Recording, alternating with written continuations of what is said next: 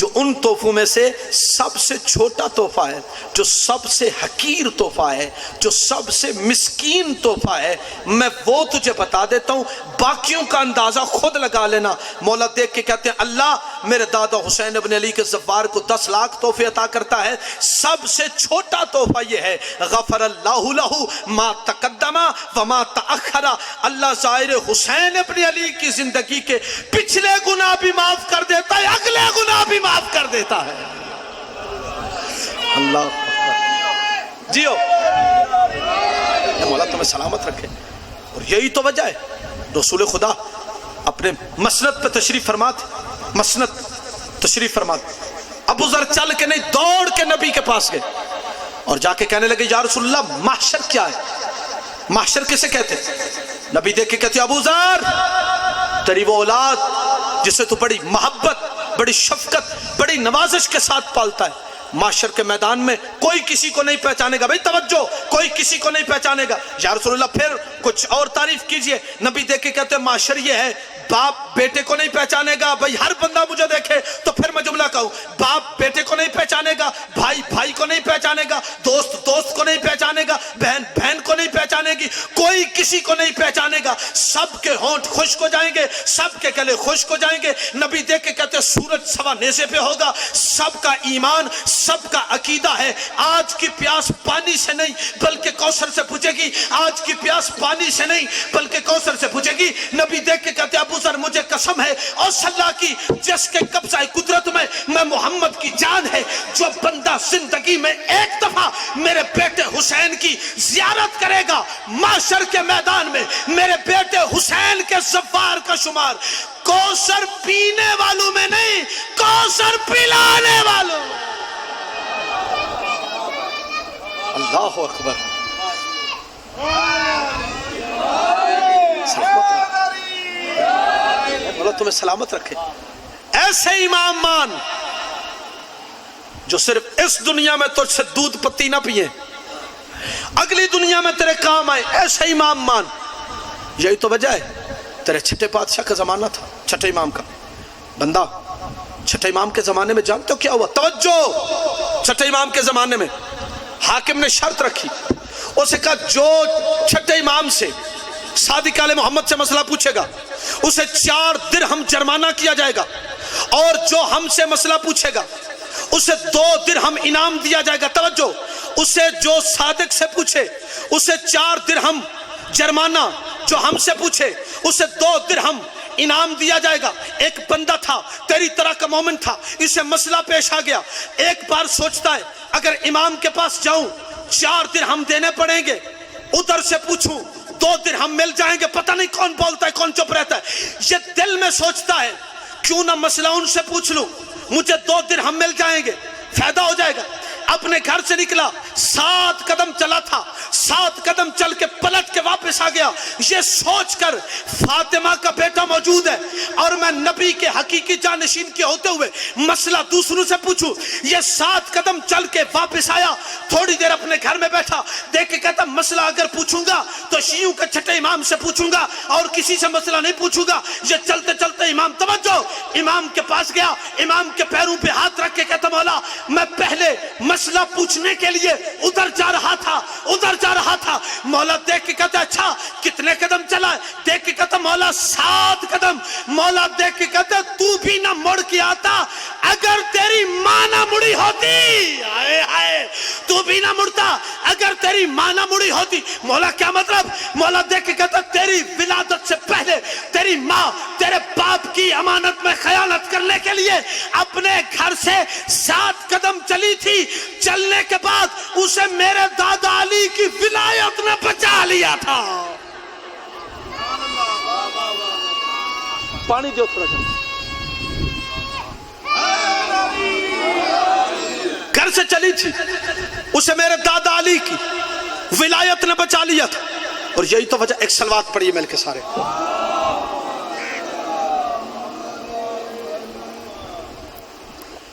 یہی تو وجہ ہے۔ راوی نے پوچھا تیرے چھٹے امام سے، اسے کہا مولا یہ ارشاد فرمائیے، وہ تخت بلقیس بڑی محبت کے ساتھ آپ سن رہے ہیں، مولا آپ کو سلامت رکھے، اس کا صلہ آپ کو نبی کی بیٹی دے گی، میں کیا دے سکتا ہوں؟ کہا مولا ہزاروں میل کے فاصلے سے تخت بلقیس اتنی دور تھا، جناب سلیمان بن داؤد کا خلیفہ لے کیسے آیا تھا؟ اتنی دور سے لے کیسے آیا تھا؟ مولا دیکھ کے کہتے ہیں عندہ علم من الکتاب، اس کے پاس کتاب کا، اب اگر بولو تو مجھے یقین ہو جائے تم توجہ سے بیٹھے ہو، عندہ علم من الکتاب، اس کے پاس کتاب کا کچھ علم تھا، وعندہ لنا علم الکتاب، اور ہمارے پاس پوری کتاب کا علم ہے۔ یہ اصلی داد تھی جو میں نے اب آپ سے لی ہے۔ ہمارے پاس، بسم اللہ کرو جی، ہمارے پاس پوری کتاب کا علم ہے۔ مولا کیا مطلب؟ اتنی دور سے لے کیسے آیا؟ مولا دیکھ کے کہتے ہیں اس کے پاس اسم اعظم تھا۔ آئے ہائے، اس کے پاس گرمی کی نظر، ہو گیا میرا جملہ، اس کے پاس اسم اعظم تھا۔ اچھا مولا یہ اسم اعظم کیا ہوتا ہے؟ مولا یہ اسم اعظم کیا ہوتا ہے؟ مولا دیکھ کے کہتے ہیں اللہ نے 99 اسم اعظم خلق کیے ہیں، 99 اسم اعظموں میں سے اس نے 57 ہمیں دیے، یعنی 97 ہمیں عطا کیے ہیں، ایک مخلوق کو دیا ہے، ایک اپنے پاس رکھا ہے، اور جو اپنے پاس رکھا ہے نا اس کا ظہور بھی ہم پہ ہوتا ہے۔ ذرا گرمی سے بے نیاز ہو تو پھر میں جملہ پیش کرنے لگا ہوں، اس کا ظہور بھی ہم پہ ہوتا ہے۔ مولا کیا مطلب؟ مولا دیکھ کے کہتے ہیں وہ محمود تھا، اس نے محمد کو بھیجا، وہ اعلیٰ تھا، اس نے علی کو بھیجا، وہ فاطر السماوات والارض تھا، اس نے فاطمہ کو بھیجا، وہ محسن تھا، اس نے حسن کو بھیجا، وہ قدیم اللسان تھا، اس نے حسین کو بھیجا، وہ معبود برحق تھا، اس نے علی زین العابدین کو بھیجا، وہ اصدق الصادقین تھا، اس نے جعفر الصادق کو بھیجا، وہ غصے کو پی جاتا تھا، اس نے موسیٰ کاظم کو بھیجا، وہ مرضات کا مالک تھا، اس نے علی رضا کو بھیجا، وہ تقوی کا مالک تھا، اس نے محمد تقی کو بھیجا، وہ نکاوت کا مالک تھا، اس نے علی نقی کو بھیجا، وہ حیبت کا مالک تھا، اس نے حسن عسکری کو بھیجا، وہ غیب مطلق تھا، اس نے مہدی کو بھیجا۔ جیو اللہ تمہیں سلامت رکھے، تمہاری زندگی دراز ہو، بس نتیجہ اور بات میری ختم ہو گئی۔ یہی تو وجہ ہے، پیغمبر کہتے جب اللہ مجھے معراج پہ لے کے گیا۔ معراج کیا مطلب ہے؟ معراج کا توجہ، مطلب کیا معراج کا؟ معراج نکلا ہے اعرجا یارجو سے، اعرجا یارجو سے، یعنی بلندی۔ معصوم فرماتے جس کے ذریعے سے بلندی لی جائے اسے معراج کہا جاتا ہے۔ معراج بلندی، اور رسول خدا جب معراج پر گئے، بس ایک بات معراج کی سنیے اور ممبر میں بھائی کے حوالے کرنے لگا ہوں۔ جب پیغمبر معراج پر گئے، پیغمبر کہتے ہیں مجھے جنت دکھائی گئی، پھر مجھے جہنم دکھائی گئی۔ توجہ، جب میں نے جنت دیکھی، ایک بندہ بولے اس جملے پہ میں راضی ہوں، نبی دیکھ کے کہتے ہیں جب میں نے جنت کو غور سے دیکھا نا تو جنت کے اوپر 3 کلمے لکھے ہوئے تھے، لا الہ الا اللہ محمد الرسول اللہ علی ولی اللہ۔ اچھا جنت دیکھی، جنت دیکھنے کے بعد نبی کہتے ہیں میں نے جہنم دیکھی۔ اب جب میں نے غور سے جہنم کو دیکھا نا، لوگ جل رہے تھے، لوگ سڑ رہے تھے، لوگوں کی بری حالت تھی۔ میں نے جہنم سے سوال کیا، میں نے کہا جہنم کیا تو اس لیے بنی ہے اللہ کی مخلوق کو اذیت کرے؟ کیا تو اس لیے بنی ہے اللہ کی مخلوق کو جلائے؟ کیا اس لیے بنی ہے اللہ کی مخلوق کو اذیت کرے؟ جہنم پلٹ کے دیکھ کے کہتی ہے مجھے قسم میں تیری نبوت کی، اللہ کی توحید کی، اگر ساری کائنات تیرے بھائی علی کی ولایت پہ اکٹھی ہو جاتی اللہ مجھے خلق نہ کرتا۔ جہنم بنی ہے اس لیے، جہنم اس لیے بنی ہے کہ وہاں پہ مولا کی ولایت کے دشمن آئے۔ ایک صلوات پڑھیے مل کے سارے جی، میں بس فضائل تے چھوڑ دیں، ٹھیک ہو گئے؟ نتیجہ بسم اللہ، آؤ جی آغا سید، بسم اللہ تشریف رکھیں۔ توجہ، جہنم کیوں بنی؟ جہنم اس لیے بنی ہے وہاں پہ وہ آئے جو علی کی ولایت کا دشمن ہے۔ آپ ذرا جاگنا، نبی کہتے ہیں میں آگے بڑھا، میں بہت کم مجموع میں یہ جملہ کہتا ہوں جو اب تمہیں سنانے لگا ہوں۔ یہ کس نے لکھا ہے؟ شایت اللہ وحید خراسانی نے اپنی کتاب ان الحسین مصباح الہدی و سفینۃ النجات میں لکھا ہے۔ وہ کہتے ہیں جیسے نبی کہتے ہیں میں آگے بڑھتا گیا بڑھتا گیا بڑھتا گیا، کائنات نیچے، زہرا کا بابا اپنی نالائن سمیت آگے، 7واں آسمان نیچے، 7 زمینیں نیچے، سامنے دیکھا عرش مولا ہے، عرش مولا پہ ایک نور ہے۔ توجہ، ایک نور ہے، میں نے اس نور کو غور سے دیکھا، میں نے اللہ سے سوال کیا میں نے کہا مالک یہ نور کیسا ہے؟ اللہ نے کہا حبیب یہی معراج کا تحفہ ہے، اسی لیے تجھے بلایا تھا۔ میں نے کہا مالک یہ معراج کا تحفہ ہے؟ اللہ نے کہا ہاں یہی معراج کا تحفہ ہے، پڑھ بسم اللہ۔ نبی کہتے جب میں نے بسم اللہ الرحمن الرحیم پڑھی، نور کے ساتھ حجاب تھے، حجاب ہٹتے گئے ہٹتے گئے ہٹتے گئے، جب ساتوں حجاب ہٹ گئے میں نے غور سے دیکھا، غور سے جب میں نے دیکھا تو اس کے نیچے ایک تختی تھی، ایک لوح تھی۔ جب میں نے اس لوح کو غور سے دیکھا، اس کے اوپر لکھا ہوا تھا ان الحسین مصباح الہدی والسفینۃ النجاۃ، اس کے اوپر لکھا ہوا تھا۔ اور اسی لیے خدا کی قسم کربلا میں 2 روزے ہیں، 2 روزے، بس آخری بات 2 روزے، واقعی آخری بات ہے، 11 دفعہ نہیں کہنا آخری بات، 2 روزے ہیں، ایک طرف حسین بادشاہ، ایک طرف مولا عباس۔ اب ایک جملہ کہوں یہاں پہ رک کے، کربلا کے جو زوار نہیں، لیکن کربلا دیکھی تو ہے ٹی وی میں، تصویر میں دیکھی تو ہے نا آپ نے۔ اچھا مجھے بتائیے مولا حسین کے حرم میں اور مولا عباس کے حرم میں کتنا فاصلہ ہے؟ کتنا فاصلہ ہے؟ اگر نہیں بتا سکتے تو لو میں بتا دیتا ہوں، لیکن لطف لینا، گرمی کی نظر جملہ نہیں ہونا چاہیے۔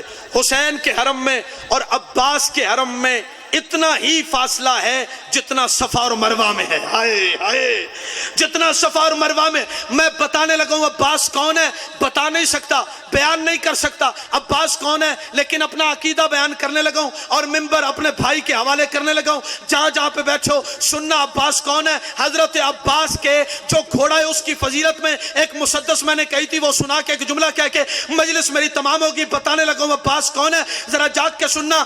سنگلاخ چٹانوں کو نکلتا ہوا پانی، پانی ایسی چیز ہے اس کے سامنے جو بھی چیز آئے بہا کے لے جاتا ہے۔ بتانے لگا ہوں پانی کہاں پہ رکتا ہے، سنگلاخ چٹانوں کو نکلتا ہوا پانی، سنگلاخ چٹانوں کو نکلتا ہوا پانی، اور ریت کے ذروں پہ پھسلتا ہوا پانی، اور ریت کے ذروں پہ پھسلتا ہوا پانی، مابین کناروں کے مچلتا ہوا پانی، اور ہاتھوں سے ہواؤں کے نکلتا ہوا پانی۔ بتاؤ پانی کہاں پہ رکتا ہے، مابین کناروں کے مچلتا ہوا پانی اور ہاتھوں سے ہواؤں کے نکلتا ہوا پانی۔ چپ چاپ صدق تیر کی رفتار کو دیکھے، رک جائے جو عباس کے رہوار کو دیکھے، رک جائے جو عباس کے رہوار کو دیکھے، بسم اللہ، رک جائے جو عباس کے رہوار کو دیکھے۔ بتا نہیں سکتا عباس کون ہے، لیکن ایک جملے میں تشریح کرنے لگا اپنے عقیدے کی۔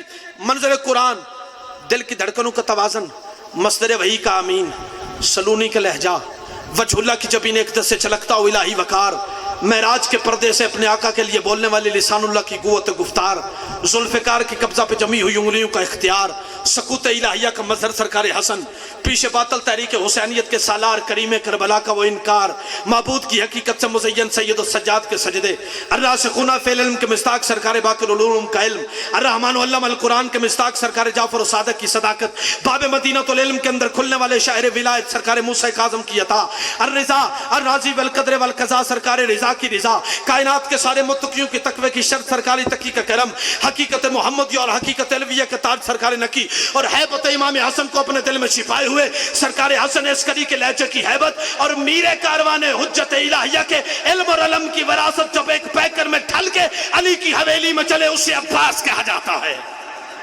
سیعلم الذین ظلموا، صلوات سارے مل کے پڑھو جی۔